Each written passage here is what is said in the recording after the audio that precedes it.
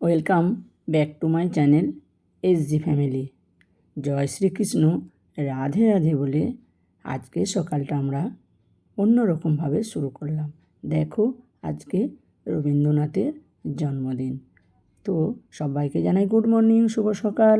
তার সাথে সবাই কেমন আছো? আমি ভালো আছি, আশা করি তোমরাও ভালো আছো। তো যেই কথা বলছিলাম, তো দেখো আজকে রবীন্দ্রনাথের জন্মদিন।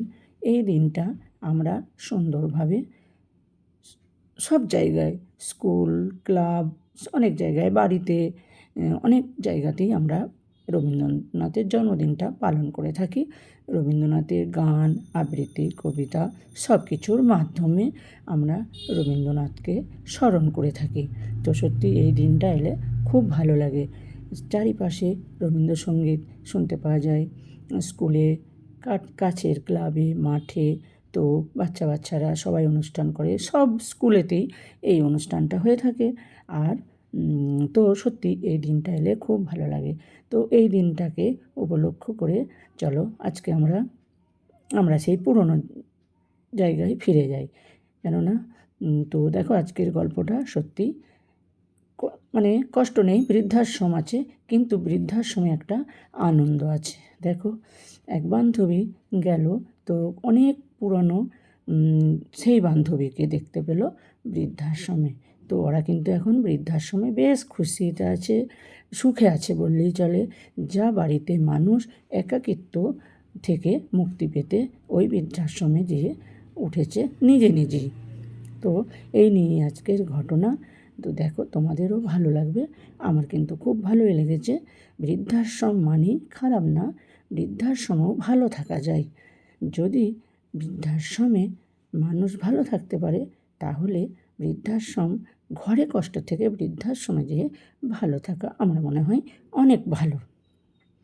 ঘরে প্রতিনিয়ত অপমানিত, লাঞ্ছনা, গঞ্জনা, কষ্টে থাকার থেকে তো এই জায়গাটা খারাপ কিন্তু না। তবুও শুনতে মনে হয় যেন বৃদ্ধাশ্রম, তবুও কিন্তু অনেক ভালো। তো দেখো, আজকে শুধু সে বান্ধবীদের বৃদ্ধাশ্রম দেখলে না, শুনলে তোমরা বুঝতে পারবে। তো সেই কারণে আমি আজকে এই গল্পটা তোমাদের জন্য নিয়ে এলাম। আমার গল্প তোমাদের কেমন লাগছে? আশা করি ভালো লাগছে। তো আরও ভালো ভালো গল্প পেতে আমার চ্যানেলটিকে সাবস্ক্রাইব করে, শেয়ার, কমেন্ট করে পাশে থাকো। আর ভালো ভালো গল্প দিতে উৎসাহিত করো। আমার মনে হবে আমার যদি ভালো লাগে গল্পটা, তোমাদেরও ভালো লাগবে। তো দেখে নাও আজকের গল্প। তো শুধু ভেবো না যে বৃদ্ধাশ্রম, এই আজকের বৃদ্ধাশ্রম সত্যি ভালো জায়গায়, ভালো পজিশনে। তো চলো। একটা ট্যাক্সি ডেকে উঠে পড়ে নীলিমা। বৃদ্ধাশ্রমে যাচ্ছে আজও। ওর ছেলে বৌমা ব্যাঙ্গালোরে নিজেদের সংসার, চাকরি নিয়ে ব্যস্ত। মেয়ে জামাই মুম্বাইতে। সময় নেই ওদের মায়ের জন্য। ওর স্বামী অরুণ আজ 3 বছর হলো মারা গেছেন। তারপর থেকেই নিঃসঙ্গ একাকিত্ব জীবন নীলিমার। তাই এই সিদ্ধান্ত নিয়েছে ও নিজেই। ওকে কেউ জোর করেনি। শহর থেকে দূরে গঙ্গার ধারে কোলাহলমুক্ত মনোরম পরিবেশে এই বৃদ্ধাশ্রমটি বেশ ভালো লেগেছে নীলিমার। ওর জীবনের শেষ দিনগুলো এখানেই কাটাবে ঠিক করেছে ও। বৃদ্ধাশ্রমটির নামও বেশ সুন্দর, গোধূলি। সত্যিই তো, জীবনের গোধূলি বেলা। ট্যাক্সি থেকে নেমে গেট খুলে গোধূলিতে প্রবেশ করে নীলিমা। কাউন্টারে বসা মেয়েটি বলে, নীলিমাদি, তুমি আসবে বলে তোমার জন্য দোতলায় বারান্দা দেওয়ার 6 নম্বর ঘরটা সাজিয়ে রেখেছি। তুমি যাও, আমি বুলাকে পাঠিয়ে দিচ্ছি তোমার দেখাশোনা করার জন্য। নীলিমা মৃদু হেসে সম্মতি জানায়। আজ থেকে গোধূলির 6 নম্বর ঘরটাই ওর ঠিকানা। এখানে ওর মতো আরো অনেকে আছে যাদের সংসারে প্রয়োজন ফুরিয়ে গেছে।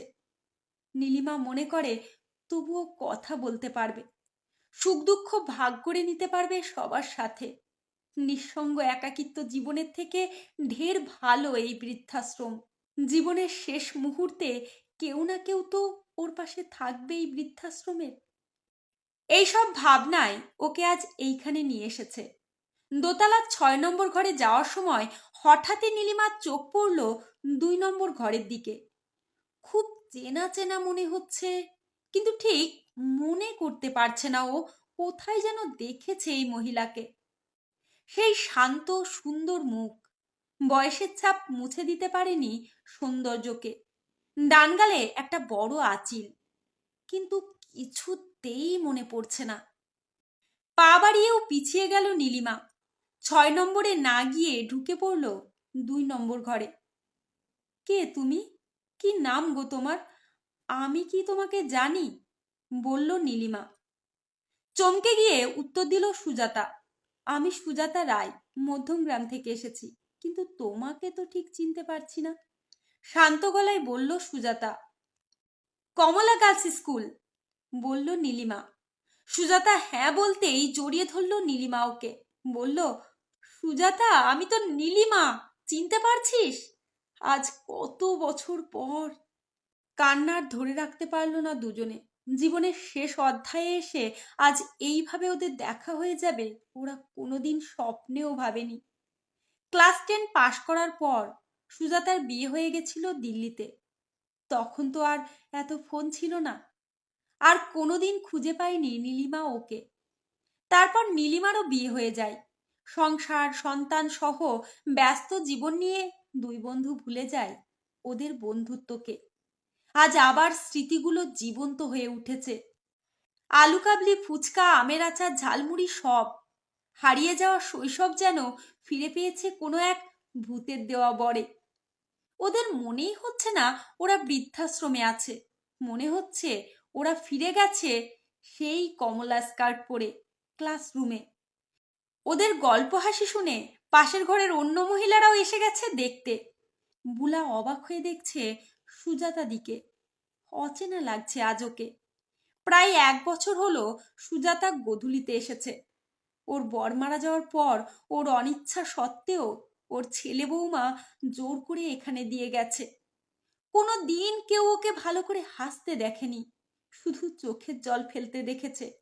আর দেখেছে ছেলের ফোনের অপেক্ষায় সারা দিন বসে থাকতে। বুলা চিৎকার করে বলে, দেখো সবাই দেখো, এক বন্ধুই পারে আর এক বন্ধুর মুখে হাসি ফোটাতে, সব ব্যথা ভুলিয়ে দিতে। সবাই একসাথে করতালি দিয়ে ওঠে। নীলিমা বলে, আমরা বাঁচবো সুজাতা, জীবনের শেষ দিনগুলো শুধু নিজেদের জন্য। পাশের ঘরের মিতালিদি গান ধরে, প্রাণের সখা এসো মোর প্রাণে। মল্লিকাদি বলে, আজ আমি সবাইকে মিষ্টি খাওয়াবো। অদিতিদি বলে, বুলা নিয়ে এসো সবার জন্য চা মুড়ি আর আলুর চপ, আজ একটু অনিয়ম হলে ক্ষতি কি আছে। বুলা বলে, আজ কারো বাড়ি থেকে কুলাঙ্গার ছেলে মেয়ে ফোন করলে বলে দেব তোমাদের মায়ের আজ ভীষণ ব্যস্ত। সবাই অনাবিল ভাবে হেসে ওঠে একসাথে। এ যেন একেবারে প্রাণ খোলা হাসি।